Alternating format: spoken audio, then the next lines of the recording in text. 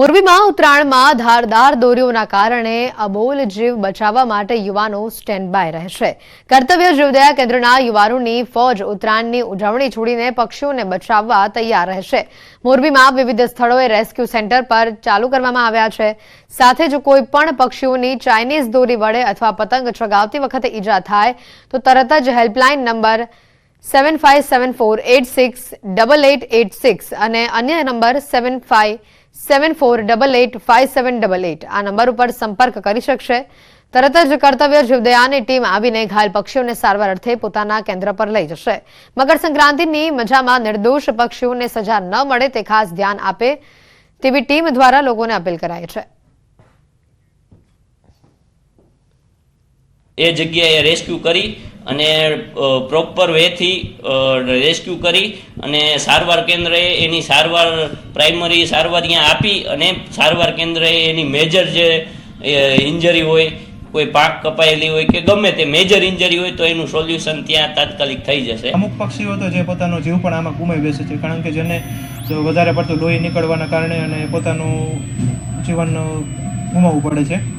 રાજકોટના જેતપુરમાં પ્રતિબંધિત ચાઇનીઝ તુક્કલ તેમજ ચાઇનીઝ દોરી પકડાઈ છે। જેતપુરના શાંતિવન સોસાયટીમાં રહેતા શખ્સના મકાનમાંથી 2 વ્યક્તિ ઝડપાયા છે।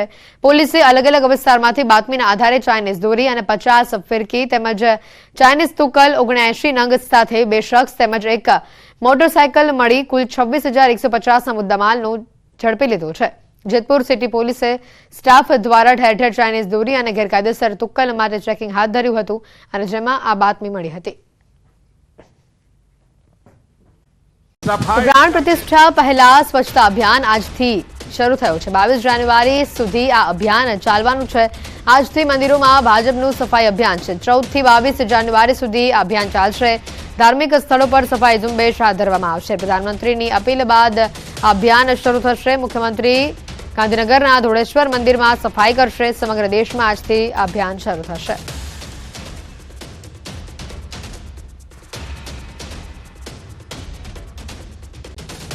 તો સાથે જ ગૃહમંત્રી અમિત શાહ પણ ગુજરાત પ્રવાસ પર છે। ગૃહમંત્રી અમિત શાહ ઉત્તરાયણની ઉજવણી અમદાવાદ ખાતે કરશે। અમદાવાદમાં ઉત્તરાયણ પર્વની ઉજવણી તેઓ કરવાના છે। જગન્નાથ મંદિર ખાતે સૌપ્રથમ તેઓ દર્શન કરશે। 3 અલગ અલગ સ્થળો પર પતંગ ચગાવીને તેઓ ઉત્તરાયણની ઉજવણી કરવાના છે। હર્ષ સંઘવી ગૃહ સચિવ ડીજીપી સાથે તેઓ બેઠક કરશે। વિવિધ કાર્યક્રમોમાં પણ તેઓ હાજરી આપવાના છે।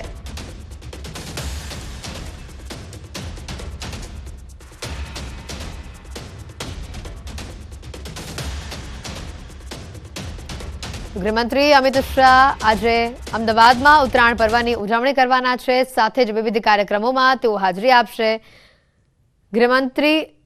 રાજ્ય ગૃહમંત્રી હર્ષ સંઘવી સાથે ડીજીપી સાથે તેઓ બેઠક પણ કરવાના છે અને વિવિધ કાર્યક્રમોમાં તેઓ ઉપસ્થિત પણ રહેવાના છે। 3 અલગ અલગ જગ્યાઓ પર તેઓ પતંગ ચગાવીને આજે ઉત્તરાયણના પર્વની ઉજવણી કરવાના છે।